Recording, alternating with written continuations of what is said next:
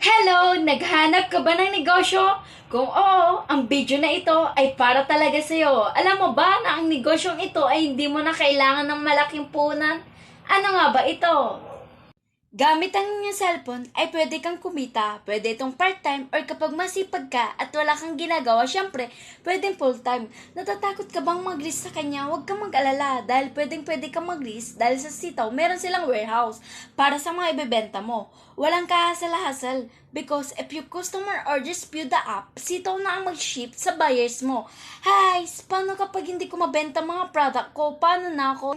Sayang naman yung punan ko, pero don't worry. Dahil dito, babayadan mo lang yung item once na may nag-order sa'yo. Amazing, di ba? Ngayon naman, tuturuan ko kayo kung paano gumawa ng shop sa Sitaw.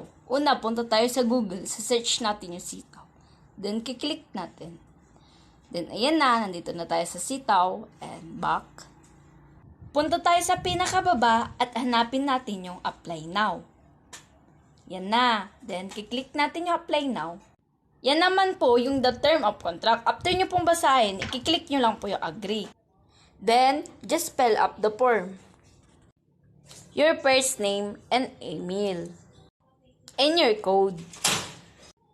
At syempre, yung inyong password. Wag nyo pong kakalimutan yan dahil yan yung po yung gagamitin nyo para mabuksan nyo yung shop nyo. At ang sunod naman ay iyong shop name. Referral code po, nandyan po yung akin. Pwede nyo pong gamitin anytime po din. ID requirements, kung ano po yung meron sa inyo, nandyan po, magpipilian po din. ID picture po.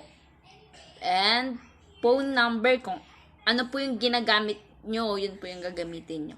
Then after is register your shop. Yun na po, ganun lang po kadali.